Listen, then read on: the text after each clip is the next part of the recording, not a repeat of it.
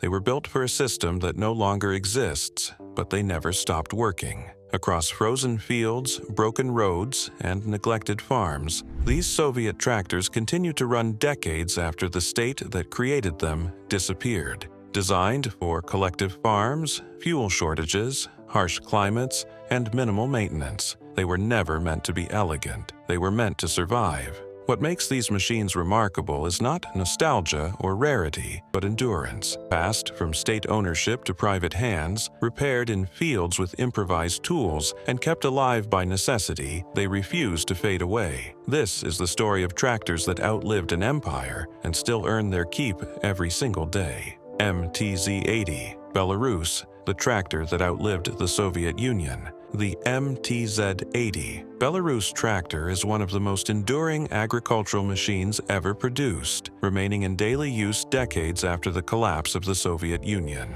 It was introduced in 1974 by the Minsk Tractor Works in the Belarusian Soviet Socialist Republic, a major industrial center for agricultural machinery within the USSR. The tractor was designed to serve collective and state farms that required simple, reliable equipment capable of operating in harsh climates and poor infrastructure conditions. Production of the MTZ-80 began in 1974 and continued through the 1980s, with later variants still manufactured well after 1991. Millions of units were produced, making it one of the most widely built tractors in history. Its widespread distribution across Eastern Europe, Central Asia, and parts of Africa ensured that spare parts, repair knowledge, and operator familiarity became deeply embedded in rural economies. The MTZ-80 is powered by a 4-cylinder diesel engine producing approximately 80 horsepower. This power level placed it firmly in the utility tractor category,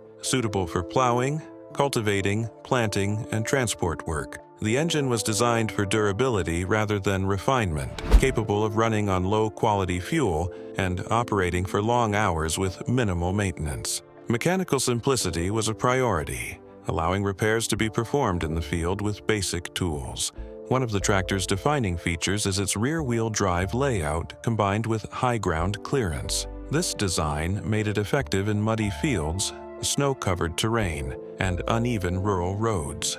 Later variants introduced 4-wheel drive, but the original MTZ-80 remained popular due to lower cost and easier servicing. Its enclosed cab, though basic, provided protection from weather and extended working seasons in cold regions. The MTZ-80 played a central role in Soviet agricultural planning. It was produced not for private ownership, but for collective farms where standardized equipment simplified training and logistics. Operators were taught to maintain the tractor themselves, reducing dependence on centralized repair facilities. This approach proved critical during periods of economic strain, when supply chains were unreliable. After the dissolution of the Soviet Union in 1991, many MTZ-80 tractors remained in service. Newly independent states lacked capital to replace existing machinery, and the tractor's rugged design allowed it to continue operating despite minimal support. In many regions, MTZ-80 units were transferred from collective ownership to private farmers, becoming the backbone of post-Soviet agriculture. Safety standards reflected the era of its design. Early models lacked modern roll over protection and advanced braking systems. Accidents occurred, particularly during road transport and hillside work. However,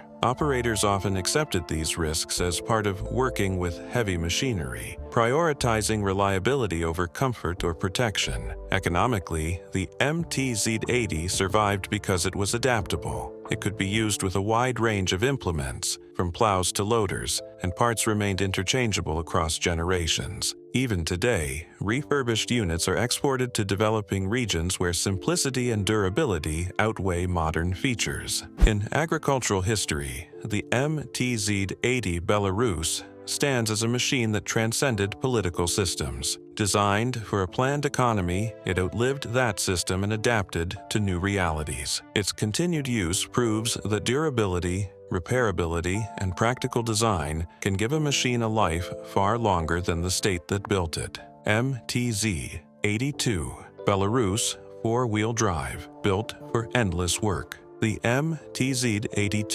Belarus tractor is one of the most durable four-wheel drive agricultural machines ever produced, designed to operate continuously under demanding conditions with minimal support. It was introduced in 1978 by the Minsk Tractor Works as an evolution of the MTZ-80, responding to the growing need for improved traction and versatility on Soviet collective farms. The addition of four-wheel drive significantly expanded the tractor's capability in difficult terrain. Production of the MTZ-82 began in 1978 and continued throughout the 1980s, with manufacturing extending well beyond the collapse of the Soviet Union in 1991. Millions of units were produced, and the model remains in production in updated forms today. Its widespread use across Eastern Europe, Russia, Central Asia, and parts of Africa ensured the tractor became deeply integrated into regional agricultural systems. The MTZ-82 is powered by a four-cylinder diesel engine producing approximately 80 horsepower, similar to its two-wheel drive predecessor. What distinguished it was the driven front axle, which allowed the tractor to operate effectively in mud, snow, loose soil, and uneven fields. This made it especially valuable in regions with harsh climates and limited infrastructure, where seasonal conditions could otherwise halt farming operations. The tractor was designed with mechanical simplicity as a core principle. The drivetrain, transmission, and hydraulic systems were robust and straightforward, allowing operators to perform repairs with basic tools. Fuel tolerance was another advantage. The engine could run reliably on lower-quality diesel, an important feature in remote areas where refined fuel was not always available. The MTZ-82 played a critical role in Soviet agricultural planning during the late 1970s and 1980s. It was issued to collective and state farms as a standardized machine, simplifying training, maintenance, and parts supply. Operators were expected to maintain the tractor themselves, reducing dependence on centralized repair facilities. This approach proved essential during periods of economic instability. After 1991, the MTZ-82 gained a new role. As collective farms were dismantled, tractors were transferred to private ownership.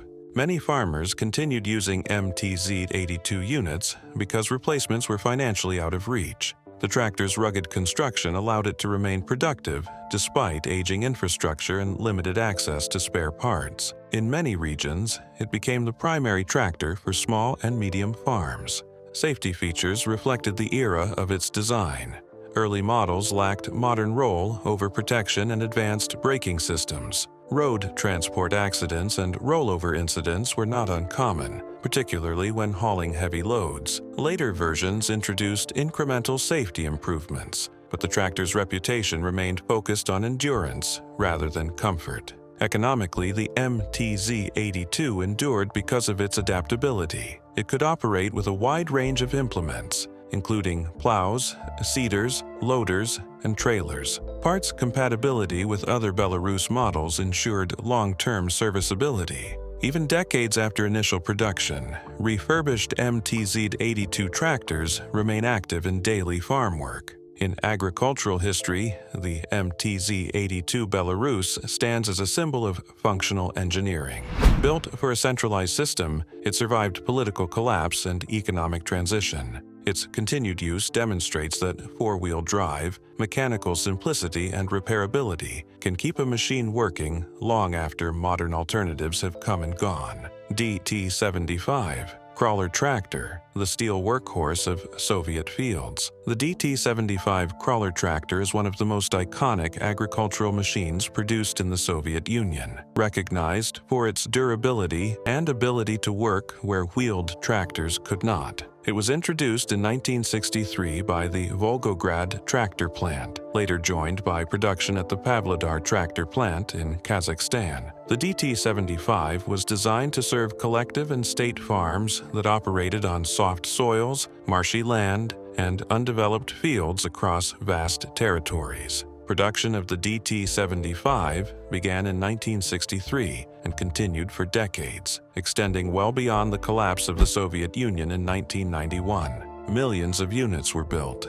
making it one of the most produced crawler tractors in history. Its long production life ensured widespread availability of spare parts and mechanical knowledge, factors that still keep many units operational today. The DT-75 is powered by a diesel engine producing roughly 75 horsepower, depending on version and year. While this output was moderate, the tractor's steel tracks provided exceptional traction and low ground pressure. This allowed it to work effectively in muddy fields, freshly plowed soil, and wetlands where wheeled tractors would become stuck. As a result, the DT-75 became indispensable for land reclamation, primary tillage, and heavy pulling tasks. Mechanical simplicity was central to the DT-75 design. The tractor used straightforward transmissions, basic hydraulics, and minimal electronics. Operators were trained to perform routine maintenance themselves, including track adjustment and engine servicing.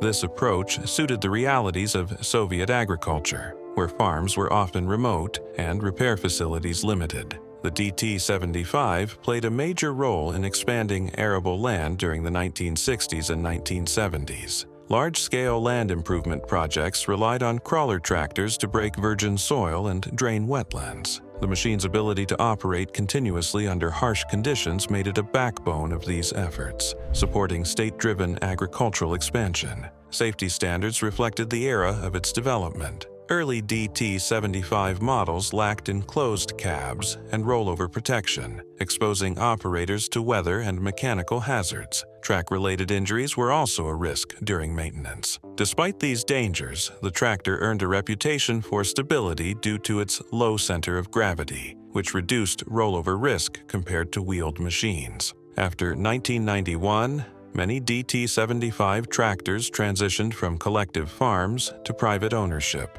New equipment was often unaffordable, and the crawler's rugged construction allowed it to remain productive despite age and limited support. In some regions, DT-75 units are still used for plowing, forestry work, and construction-related tasks. Modern replacements offer greater comfort and efficiency, but few match the DT-75's tolerance for neglect and harsh treatment. Its continued use is a testament to the priorities of its design: strength, simplicity, and endurance above all else. In agricultural history, the DT-75 stands as the steel workhorse of Soviet fields. It was never elegant or advanced, but it delivered reliable power in environments that demanded resilience. Decades after its introduction, the DT-75 remains a working reminder of an era when machines were built to endure conditions that outlasted the system that created them. Kirovets K-700, the giant that powered collective farms. The Kirovets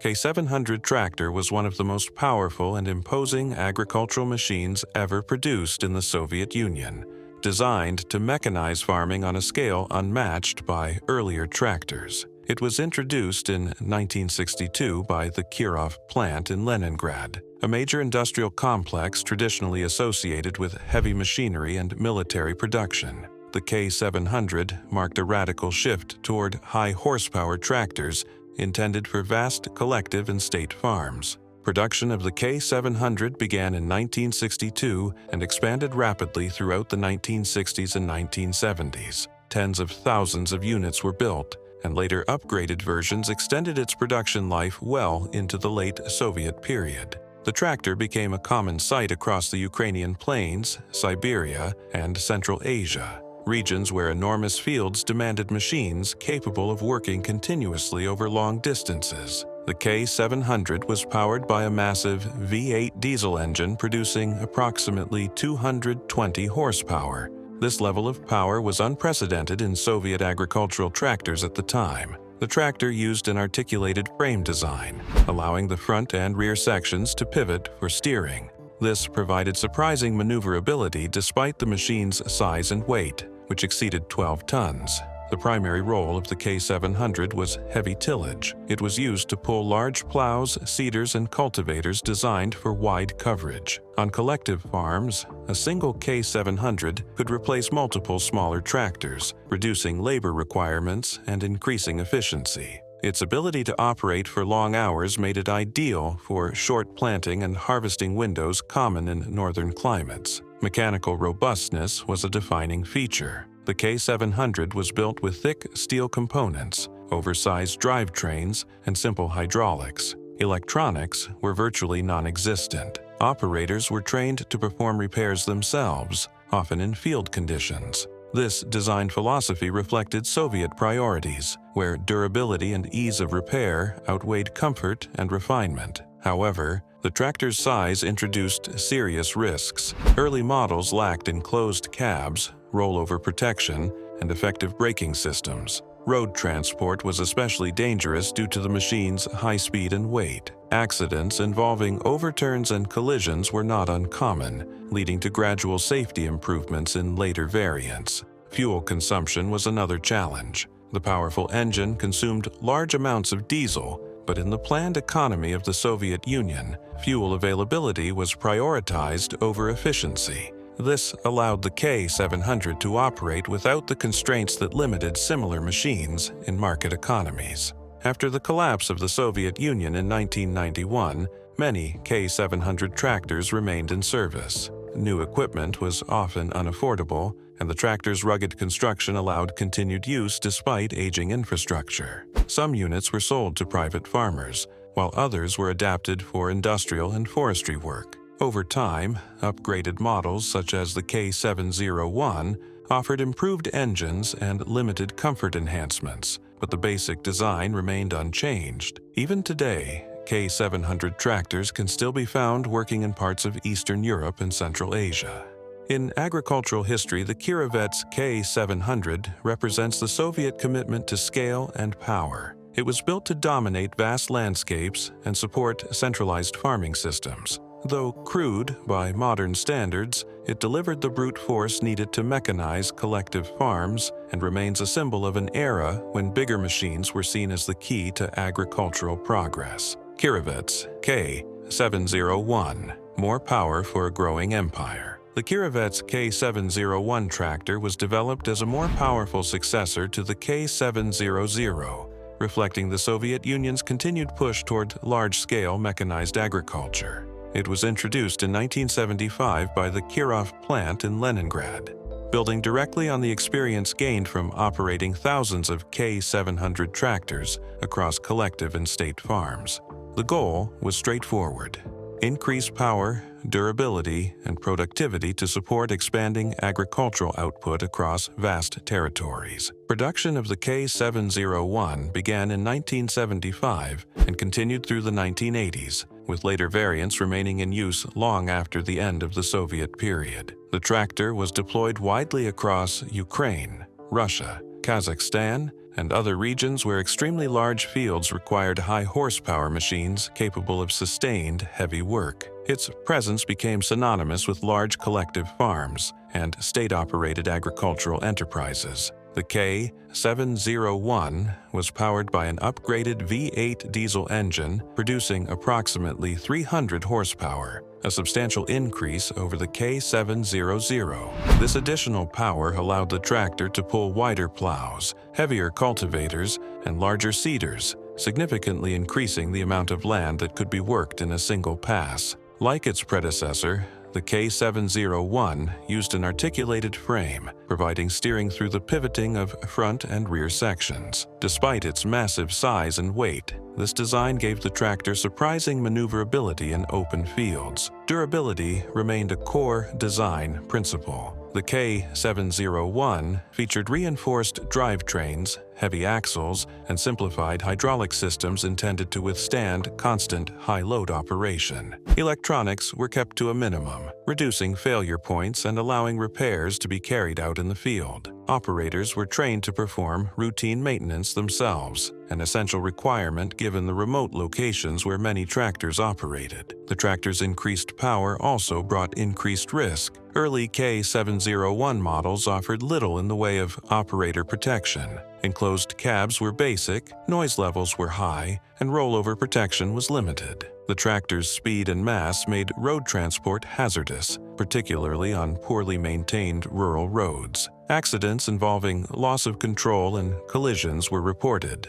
prompting incremental safety improvements in later production runs. Fuel consumption was significant, but within the Soviet planned economy this was considered acceptable. fuel supply was prioritized for agriculture, allowing tractors like the K-701 to operate without the cost constraints faced by farmers in market economies. This emphasis on output over efficiency aligned with state production targets rather than individual profitability. After the dissolution of the Soviet Union in 1991, many K-701 tractors remained in operation. Economic instability made replacement difficult, and the machine's robust construction allowed it to continue working despite age and limited support. Some units were transferred to private farms, while others found new roles in forestry, construction, and industrial hauling. Although modern tractors now surpass the K-701 in efficiency and comfort, many examples remain operational today.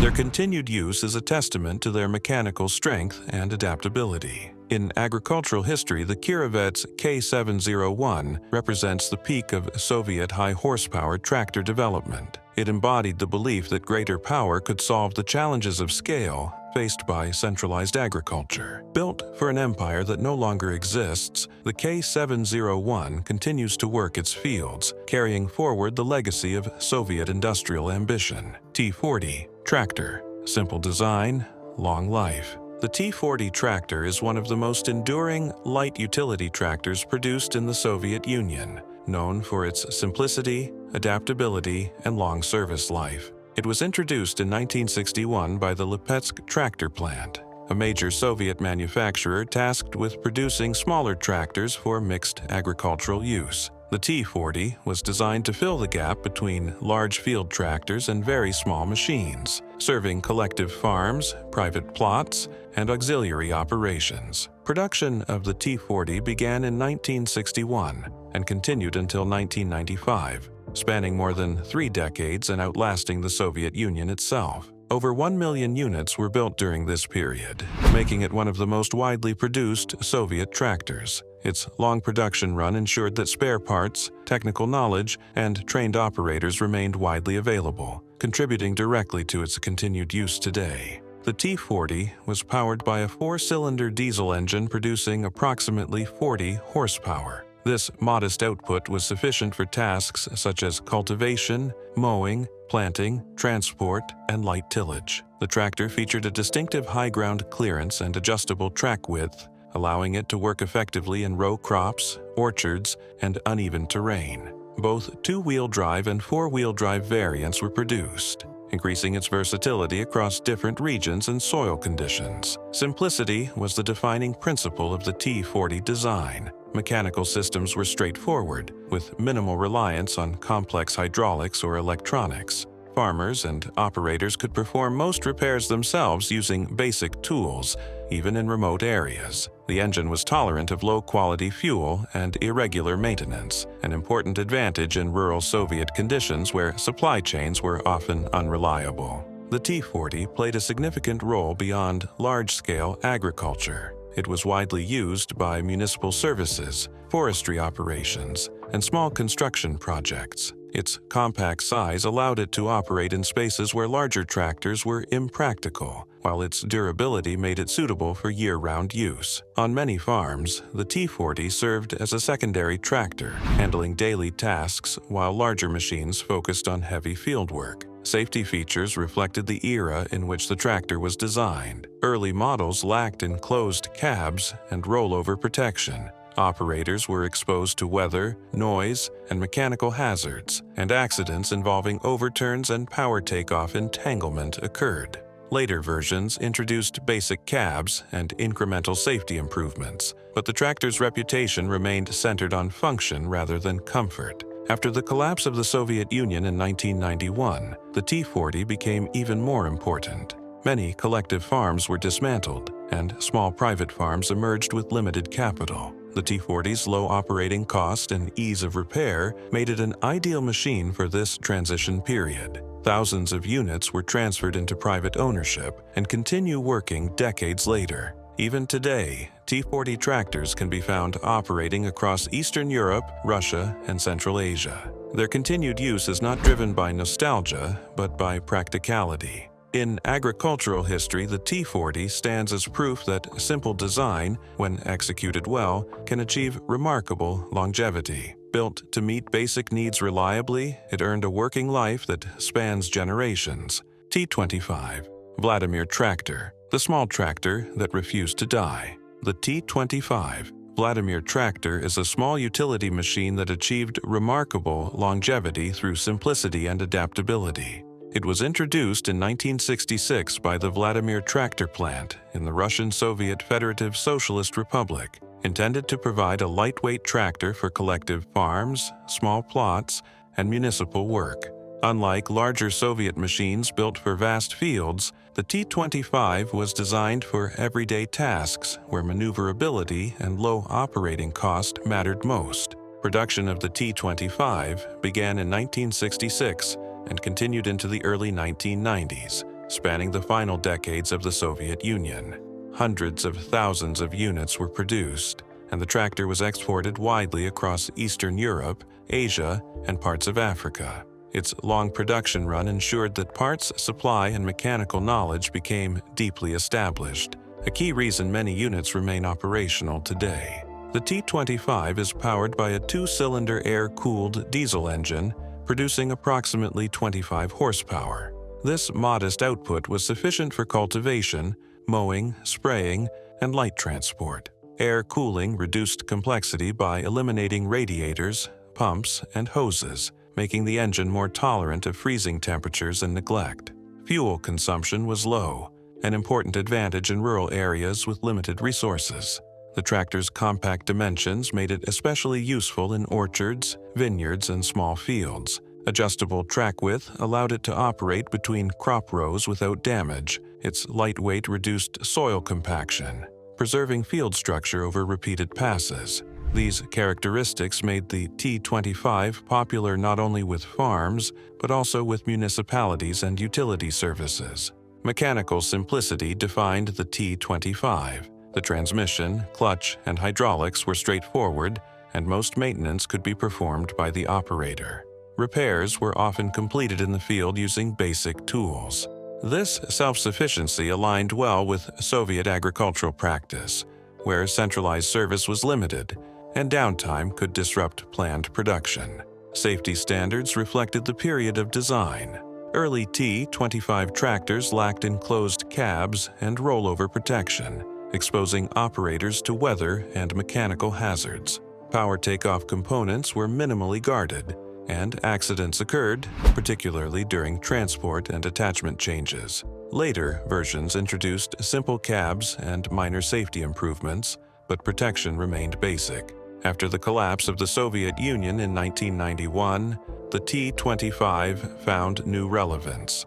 As collective farms dissolved, many tractors passed into private ownership.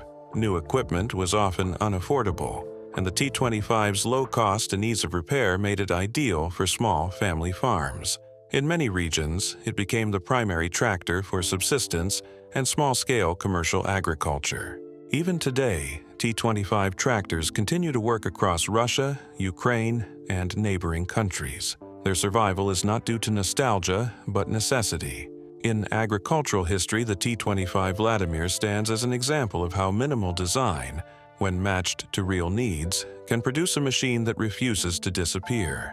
Across generations, its continued operation shows that endurance often matters more than innovation, when resources are scarce and reliability determines whether work gets done. UMZ-6, the versatile Soviet allrounder. The UMZ-6 tractor is one of the most widely used and adaptable agricultural machines produced in the Soviet Union, valued for its versatility rather than raw power. It was introduced in 1966 by the Yuzhny machine building plant, commonly known as UMZ, located in Dnipropetrovsk in the Ukrainian Soviet Socialist Republic. Originally associated with aerospace and military production, the factory applied industrial standards of durability to agricultural machinery, shaping the character of the UMZ-6. Production of the UMZ-6 began in 1966 and continued into the early 1990s, extending beyond the collapse of the Soviet Union in 1991. Hundreds of thousands of units were built, and the tractor was distributed across the USSR and exported to Eastern Europe, Asia, and Africa. Its long production run ensured strong parts availability and widespread mechanical familiarity, factors that still support its continued use today. The UMZ-6 is powered by a 4-cylinder diesel engine producing approximately 60 horsepower. This placed it firmly in the medium utility category, capable of performing plowing, cultivation, mowing, planting, and transport work. The tractor was offered in both 2-wheel drive and 4-wheel drive variants, allowing it to adapt to different soil conditions and climates. Its balanced power output made it suitable for both fieldwork and auxiliary tasks. A defining strength of the UMZ-6 was its adaptability. It featured a conventional 3-point hitch system compatible with a wide range of Soviet and foreign implements. Farmers could easily switch between tasks without specialized equipment.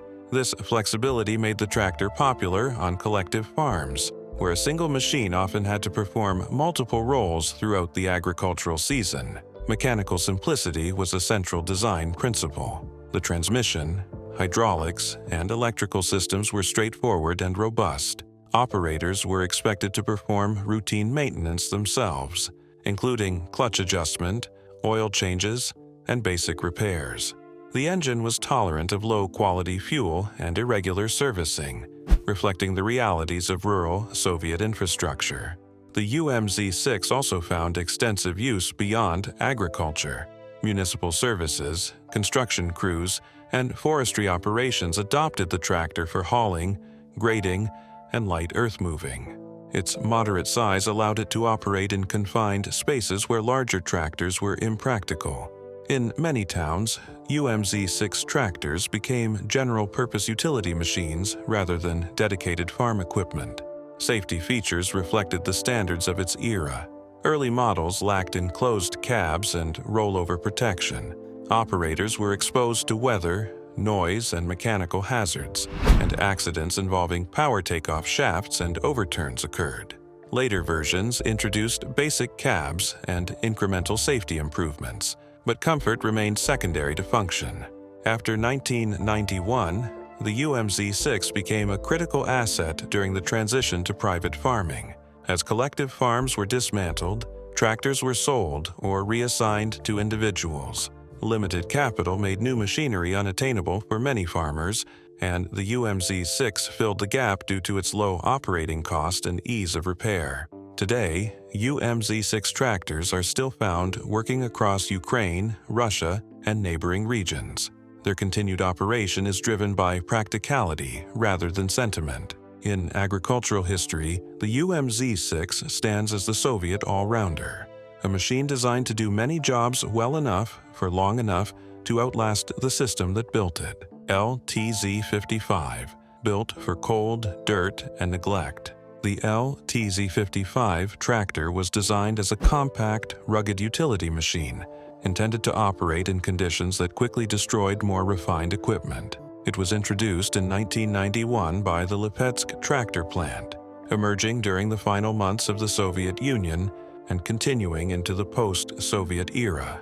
Unlike many Soviet tractors conceived for collective farms, the LTZ-55 was built with the expectation that it would survive economic collapse, minimal maintenance, and harsh rural environments. Production of the LTZ-55 began in 1991 and continued through the 1990s and early 2000s. It was manufactured primarily in Russia and distributed widely across former Soviet republics. The timing of its release shaped its legacy. As centralized agriculture collapsed, private farmers and municipal services needed affordable tractors that could operate without dealer support or consistent spare parts supply. The LTZ-55 is powered by a 4-cylinder diesel engine producing approximately 55 horsepower. This placed it in the light utility category. Suitable for cultivation, mowing, hauling, and loader work, the engine was designed for durability rather than efficiency or refinement. It could tolerate low-quality fuel, cold starts, and irregular servicing, features that proved essential in rural regions with limited infrastructure. One of the defining characteristics of the LTZ-55 is its compact frame combined with relatively high ground clearance. This allowed it to operate effectively in muddy fields, snow-covered roads, and uneven terrain. Both two-wheel drive and four-wheel drive versions were produced, expanding its usefulness in regions with severe winters. In many areas, the tractor was used year-round, including for snow removal and transport during winter months. Mechanical simplicity was central to the LTZ-55 design. The transmission, hydraulics, and electrical systems were straightforward, with minimal electronics. Farmers could perform most repairs themselves using basic tools. Parts interchangeability with earlier Lipetsk models further supported long-term serviceability. This simplicity made the tractor resilient in environments where neglect was not a choice, but a reality. The LTZ-55 found extensive use beyond agriculture. Municipal services adopted it for road maintenance, utility work, and construction support. Forestry operations used it for hauling and light clearing. Its moderate size allowed it to work in confined areas where larger tractors were impractical, while its rugged construction tolerated abuse that would disable more modern machines. Safety reflected the transitional era in which the tractor was built. Early models lacked enclosed cabs and rollover protection, exposing operators to weather and mechanical hazards. Power takeoff shielding was basic, and accidents occurred, particularly during transport and attachment changes. Later versions introduced simple cabs and incremental safety improvements, though protection remained minimal. Economically, the LTZ-55 became a survival machine. During the 1990s, many farmers could not afford imported equipment. The LTZ-55 filled this gap by offering reliable mechanical power at a relatively low cost.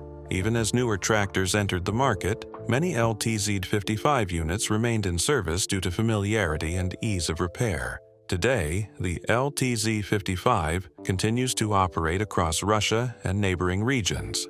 Its endurance is not a matter of nostalgia. In agricultural history, the LTZ-55 stands as a tractor built for cold, dirt, and neglect, proving that resilience can matter more than innovation when conditions are unforgiving, and work must continue regardless. HTZ T-150. Heavy power for Soviet industry. The HTZ T-150 tractor was one of the most powerful and versatile heavy machines produced in the Soviet Union, designed to serve both agriculture and industry. It was introduced in 1974 by the Kharkiv tractor plant, known as HTZ, located in the Ukrainian Soviet Socialist Republic. Unlike many tractors intended solely for farming, the T-150 was conceived as a multi-purpose workhorse, capable of operating in fields, construction sites, and industrial environments. Production of the HTZ T-150 began in 1974 and continued through the 1980s, with later variants remaining in use well after the collapse of the Soviet Union in 1991. The tractor was produced in both wheeled and tracked versions, designated T-150K and T-150 respectively. This dual configuration allowed it to meet a wide range of operational needs across the USSR, from soft agricultural land to hard industrial surfaces. The T-150 was powered by a six-cylinder diesel engine producing approximately 150 horsepower. This output placed it firmly in the heavy tractor category, capable of pulling large plows, seeders, and industrial equipment. The wheeled T-150K featured an articulated frame, allowing the tractor to steer by pivoting its front and rear sections. This design provided maneuverability despite its size and weight, which exceeded 8 tons in many configurations. The tracked version of the T-150 was particularly valuable in industrial and construction roles. Steel tracks provided high traction and low ground pressure, allowing the tractor to operate on soft soil, snow, and unprepared ground. It was widely used for earth moving, road construction, pipeline support, and forestry work. In agriculture, the tracked T-150 excelled in heavy tillage and land reclamation projects. Mechanical durability was a defining characteristic of the HTZ T-150. The tractor was built with reinforced frames, oversized drivetrains, and simple hydraulic systems. Electronics were minimal, reducing failure points and allowing field repairs. Operators were trained to perform routine maintenance themselves, reflecting Soviet priorities of self-sufficiency and continuous operation. However, the tractor's power and mass introduced safety risks. Early models offered limited operator protection. Enclosed cabs were basic, noise levels were high, and rollover protection was minimal. Road transport posed additional hazards, particularly for the wheeled version, due to speed, weight, and braking limitations. Accidents involving overturns and collisions were documented, leading to gradual safety improvements in later models. Fuel consumption was significant, but within the Soviet-planned economy this was considered acceptable. The focus was on output rather than efficiency, especially in industrial applications where the T-150 replaced multiple smaller machines. Its ability to operate for long hours made it a valuable asset in large projects with tight schedules. After 1991, many HTZ T-150 tractors remained in service. Economic constraints made replacement difficult, and the machine's rugged construction allowed continued use despite aging infrastructure. Some units were transferred to private farms, while others continued working in construction, forestry, and municipal roles. Today, the HTZ T-150 can still be found operating across Eastern Europe and Central Asia. In agricultural and industrial history, it stands as a symbol of Soviet heavy machinery design, built to deliver raw power across multiple sectors. Its continued use demonstrates how strength, adaptability, and simple engineering allowed one machine to serve an entire industrial system long after that system disappeared. DT-54, the tractor that mechanized post-war agriculture. The DT-54 crawler tractor was one of the most important machines in Soviet agricultural history, playing a central role in rebuilding food production after the Second World War. It was introduced in 1949 and produced primarily by the Stalingrad tractor plant, later joined by the Kharkiv and Altai tractor plants.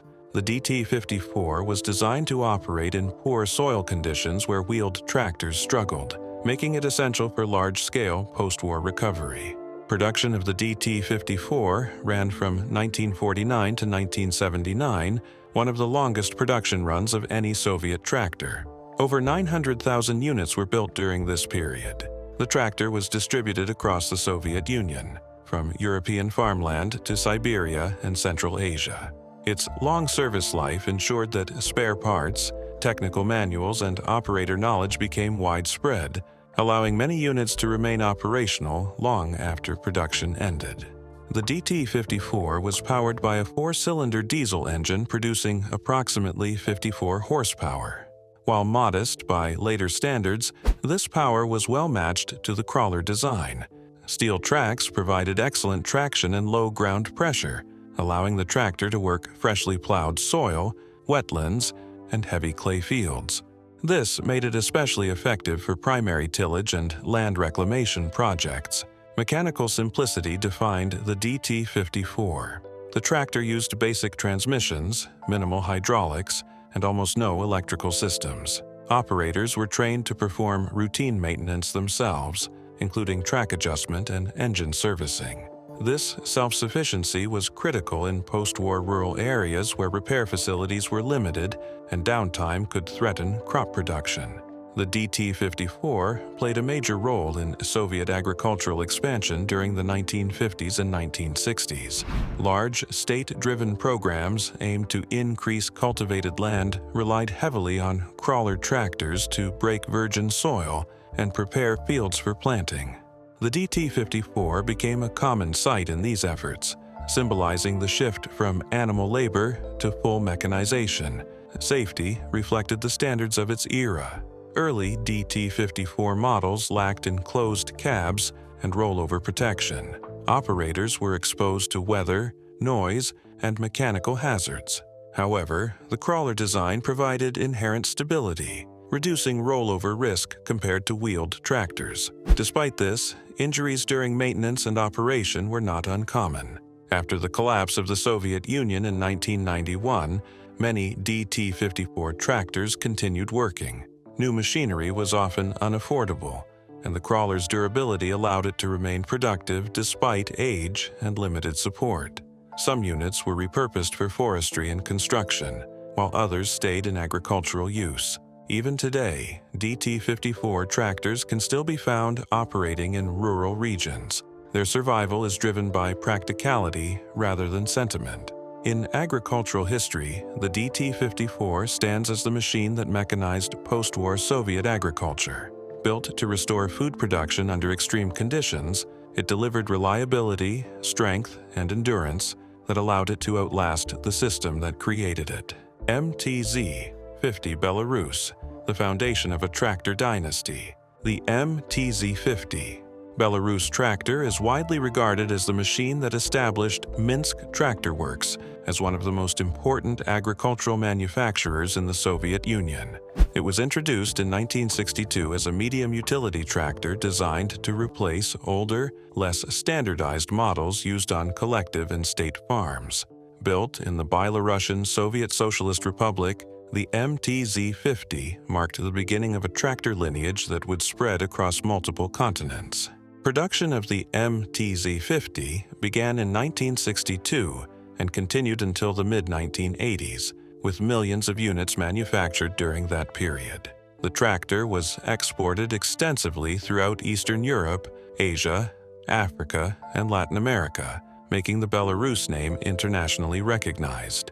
Its long production run ensured widespread familiarity among operators and mechanics, laying the groundwork for future MTZ models. The MTZ-80 was powered by a 4-cylinder diesel engine producing approximately 50 horsepower. This output placed it squarely in the medium utility category, capable of handling plowing, cultivation, seeding, mowing, and transport work. The engine emphasized durability over refinement, designed to operate reliably on variable fuel quality and withstand long working hours with minimal servicing. A defining feature of the MTZ-80 was its mechanical simplicity. The tractor used straightforward transmissions, basic hydraulics, and minimal electrical systems.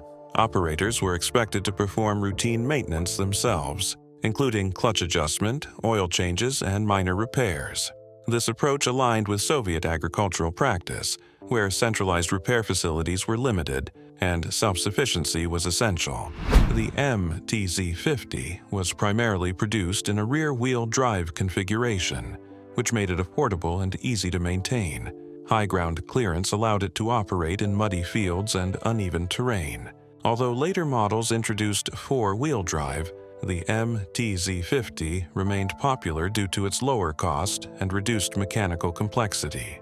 Its basic enclosed cab provided protection from weather, extending working seasons in colder regions.